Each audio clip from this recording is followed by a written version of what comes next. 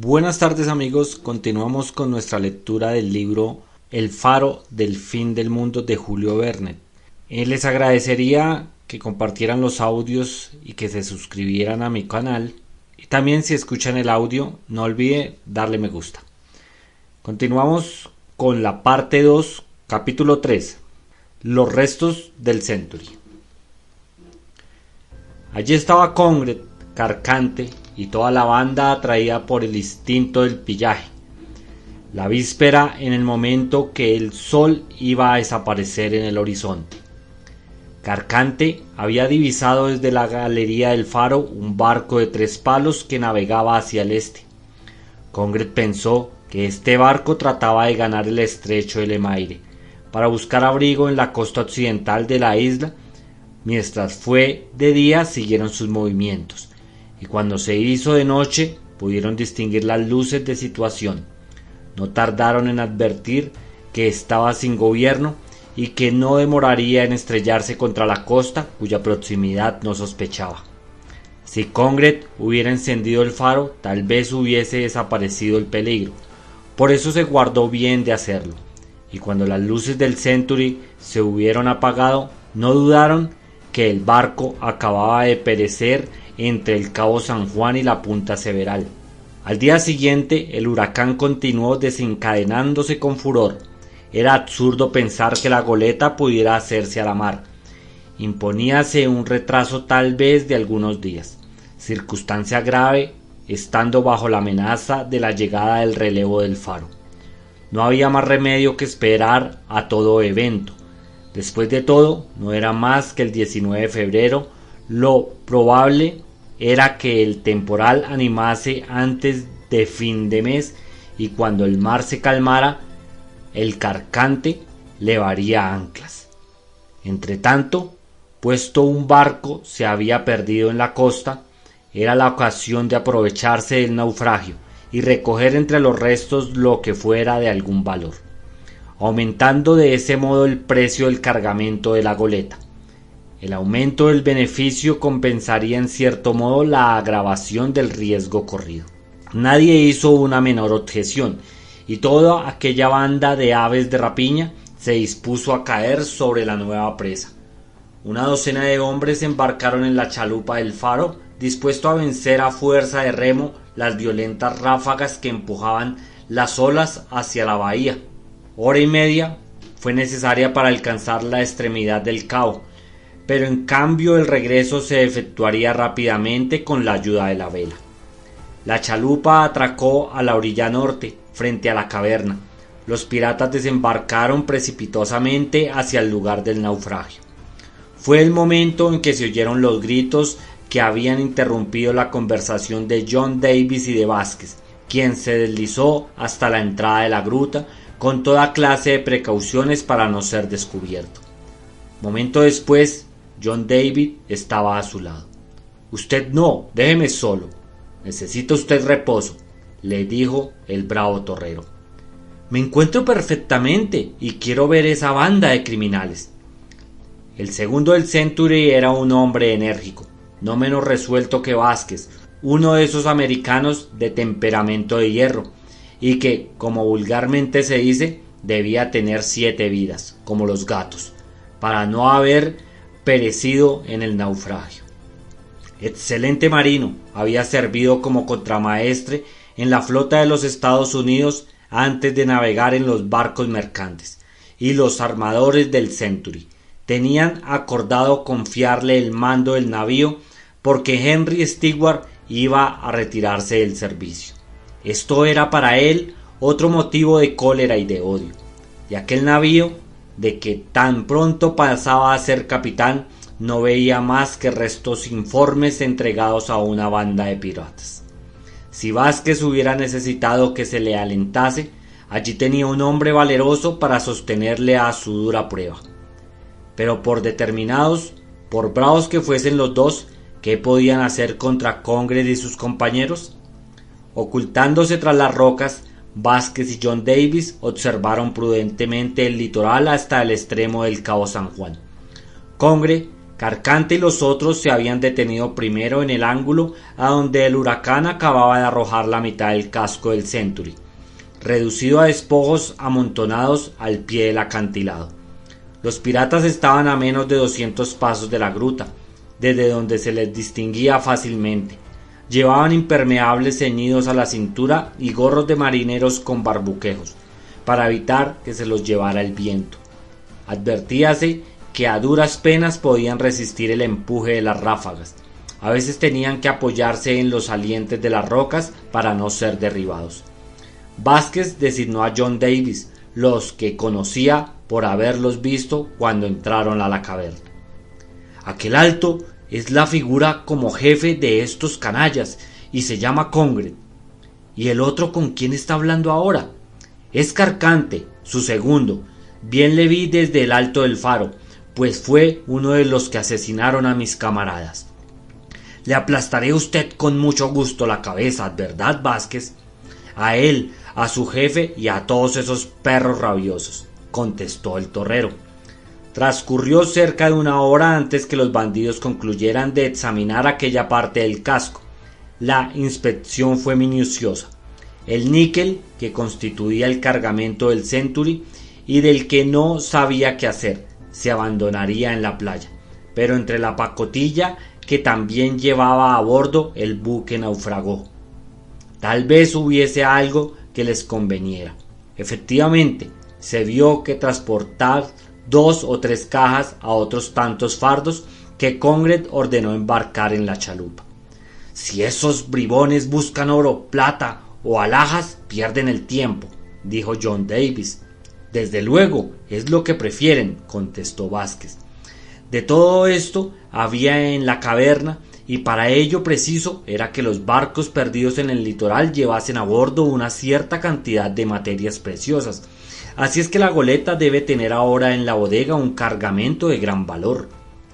Comprendo que tengan mucho interés en ponerlo pronto en seguridad, pero tal vez no lo consigan. Será preciso que se mantenga este temporal una quincena todavía, objetó Vázquez. Si encontramos un medio, John Davis no acabó su pensamiento, ¿cómo impedir que la goleta saliese de la bahía en cuanto la tempestad rindiese sus furores y el mar tornase a la calma? En ese momento los bandidos abandonaron hasta mitad del barco, dirigiéndose hacia la otra mitad en la punta misma del cabo. Desde el lugar donde estaba Vázquez y John Davis podían verlos todavía, aunque de más lejos. La marea bajaba, y aunque rechazada por el viento, descubríase gran parte de los arrecifes. Era pues bastante fácil poder llegar a esta parte del casco del Century. Se introdujeron en el Congred y 2 o 3 de los suyos. Según la opinión de Davis, en aquella parte debía quedar intacta algunas provisiones. Efectivamente, los bandidos sacaron cais de conservas y barriles, dirigiéndose por la playa a la chalupa. Las pesquisas continuaron todavía durante 2 horas. Luego, Carcante y 2 de sus compañeros, provistos de hachas, volvieron a dirigirse hacia el barco. ¿Qué pretenden todavía esos bandidos?, preguntó Vázquez. ¿Es que el barco no está bastante demolido? ¿Por qué diablos quieren acabar con él? Adivino lo que quieren, contestó John Davis. Que no quede nada de su nombre ni de su nacionalidad, que no se sepa nunca que el Century se ha perdido en los parajes del Atlántico. John Davis no se había equivocado. Pocos momentos después, Congred salía con el pabellón americano encontrado en el camarote del capitán y lo iba desgarrando en 1000 pedazos. ¡Ah, canalla!, exclamó John Davis. La bandera de mi país. Apenas si Vázquez tuvo tiempo de retenerle por el brazo en el momento en que, fuera de sí, iba a lanzarse a la playa. Terminado el pillaje y completamente llena la chalupa, Congred y Carcante remontaron hacia el pie del acantilado, pasando 2 o 3 veces delante de la gruta donde se ocultaba Vázquez y John Davis, que pudieron oír que decían: «No será posible salir mañana». «Mañana no, pero no creo que este mal tiempo dure muchos días». «¿Y no habremos perdido el retraso?». «Sin duda, pero yo esperaba encontrar algo más en un americano de este tonelaje. El último barco que hicimos naufragar nos ha valido $50,000. Los naufragios se suceden, pero no se parecen, respondió Carcante con filosofía. Ahora hemos dado con gente de poco más o menos. He aquí todo. Exasperado, John Davis había tomado un revólver y en un irreflexivo movimiento de cólera hubiera roto la cabeza al jefe de la banda, si Vázquez no lo hubiera evitado. Sí, tiene usted razón, reconoció John Davis, pero no puedo hacerme a la idea que esos miserables queden impunes. Y sin embargo, si la goleta lograra salir de la isla, ¿dónde encontrarla? ¿Dónde perseguirla? El temporal nos lleva a trazas de amainar, observó Vázquez. Si el viento persiste, continuará el fuerte oleaje durante algunos días, y no saldrá de la bahía, créame usted. Sí, Vázquez, pero no me ha dicho usted que el aviso no llegará hasta los primeros días del próximo mes. Tal vez llegue antes, Davis, quién sabe.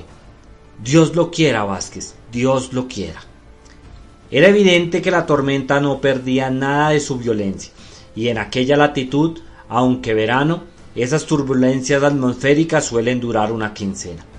Pero en fin, era de temer que si se producía una calma, por breve que fuera, la goleta la aprovecharía para hacerse a la mar. Serían las 4 de la tarde cuando Congres y sus compañeros reembarcaron. Izada la vela, la chalupa desapareció en pocos minutos, siguiendo la orilla norte de la bahía. Al llegar la noche se acentuaron las ráfagas. Nubes procedentes del sur descargaron una lluvia fría torrencial. Vázquez y John Davis no pudieron dejar la gruta.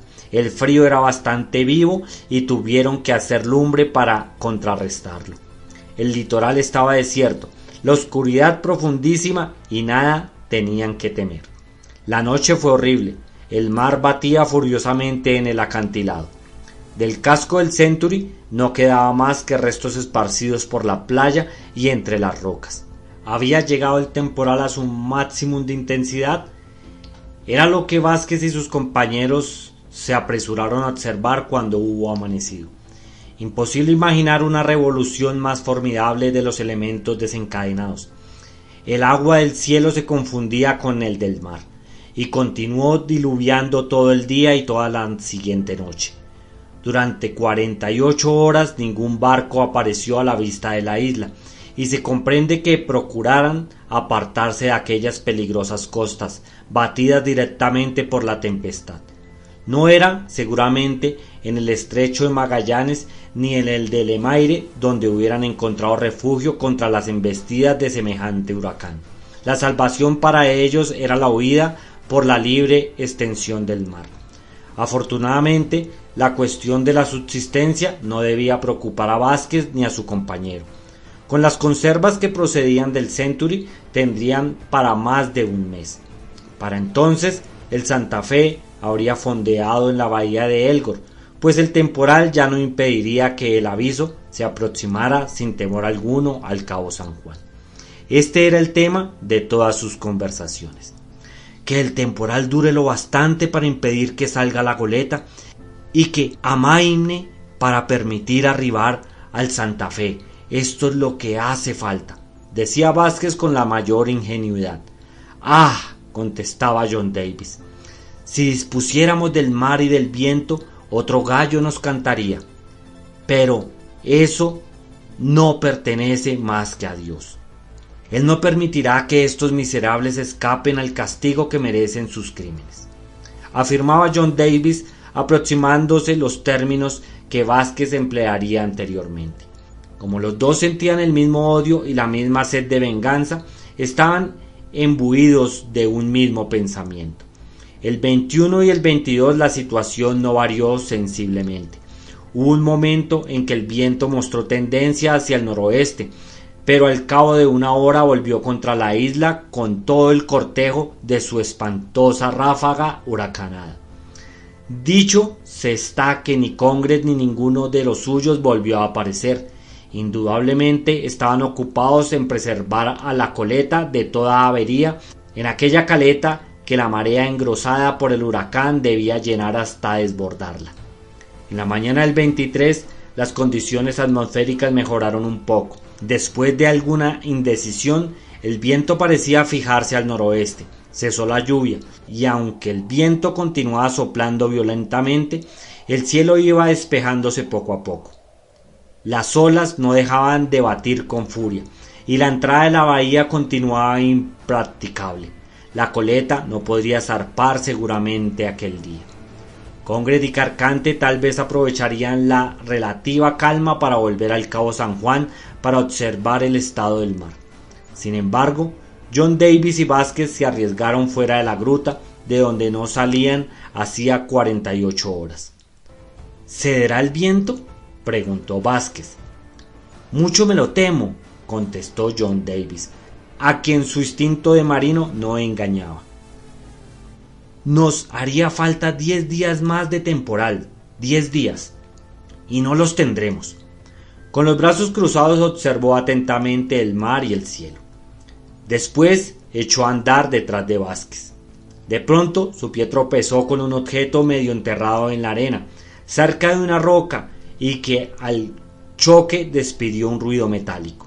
Al bajarse reconoció la caja que encerraba la pólvora de a bordo para los 2 cañones de A4 que el Century empleaba para sus señales. ¡Ah! Si pudiéramos darle fuego a la cala de la goleta que ha de llevarse a esos bandidos. No hay que pensar en ello, contestó Vázquez sacudiendo la cabeza. No obstante, cuando volvamos, abarraré la caja y la llevaré a la gruta. Continuaron bajando hacia la playa sin poder llegar a la punta del cabo porque el mar batía allí furiosamente. Cuando estuvieron cerca de los arrecifes, Vázquez descubrió entre 2 rocas uno de los cañoncitos que había rodado hasta allí cuando el naufragio del Century. Algunos pasos más allá habían algunas balas que las olas empujaron tierra adentro. Lástima que no podemos aprovechar todo esto, dijo John Davis. ¿Quién sabe?, repuso Vázquez. Debemos cargar este cañón por si se nos presenta oportunidad de servirnos de la pieza. Lo dudo. ¿Por qué? Puesto que el faro está apagado. Si se presenta de noche un barco en condiciones del Century, podríamos advertirle a cañonazos la proximidad de la costa. John Davis miró a su compañero con gran fijeza. Parecía como que pensamientos extraordinarios atravesaban su mente y se limitó a contestar. ¿Eso es lo que a usted se le ocurre, Vázquez? Sí, Davis, y no creo que sea descabellado. Seguramente que las detonaciones delatarán nuestra existencia en la isla. Los bandidos harán todo lo posible por descubrirnos y acaso nos cuesta la vida. Pero, ¿cuántas habremos salvado a cambio de la nuestra? Y de todos modos habremos cumplido con nuestro deber. Hay otra manera de cumplir nuestro deber, murmuró John Davis sin ser más explícito.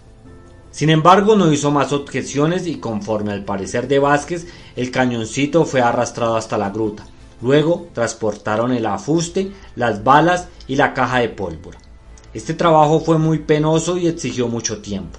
Cuando Vázquez y John Davis se pusieron a almorzar, la altura del sol indicaba que eran las 10 de la mañana aproximadamente. Apenas habían desaparecido. Congred, Carcante y el carpintero Vargas daban la vuelta al ángulo del acantilado.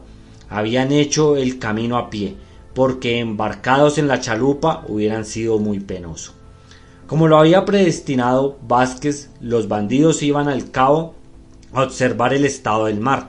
Seguramente se darían cuenta que la goleta corría grandes peligros saliendo de la bahía. Así lo recorrieron Congred y Carcante, situados cerca del lugar del siniestro del Century, del que no quedaba más que algunos restos. Apenas podía mantenerse contra el viento.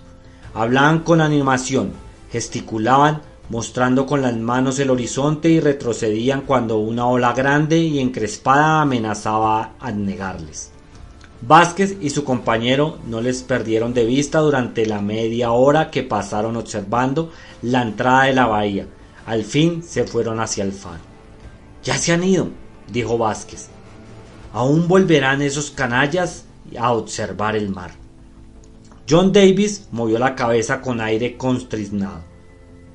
No le cabía duda que el temporal cesaría antes de las 48 horas.